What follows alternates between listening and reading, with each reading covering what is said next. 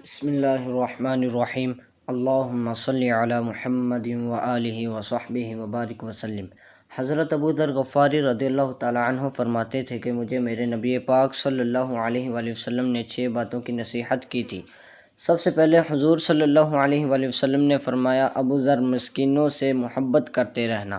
دوسرے نمبر پر نبی کریم صلی اللہ علیہ وآلہ وسلم نے فرمایا، جب بھی دیکھنا نیچے والوں کو دیکھنا، اوپر والوں کو نہ دیکھنا۔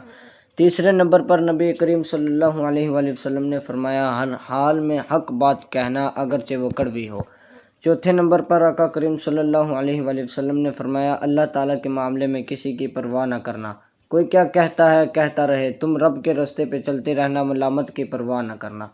پانچویں نمبر پر آقا کریم صلی اللہ علیہ وآلہ وسلم نے فرمایا، اگر رشتہ دار تجھ سے تعلق توڑیں تم جوڑ کے رکھنا، صلہ رحمی نہ چھوڑنا۔ چھٹے نمبر پر آقا کریم صلی اللہ علیہ وآلہ وسلم نے فرمایا، اللہ تعالیٰ کے عرش کے خزانوں میں سے خزانہ ہے، لا حول ولا قوت الا باللہ العلی العظیم۔ حضور صلی اللہ علیہ وآلہ وسلم نے فرمایا، اسے پڑھتے رہنا، اسے کبھی نہ چھوڑنا۔ اے اللہ، ان نیک اور پاک لوگوں کا صدقہ ہمارے دلوں کو تقویٰ عطا فرما اور عمل کی سعادت عطا فرما۔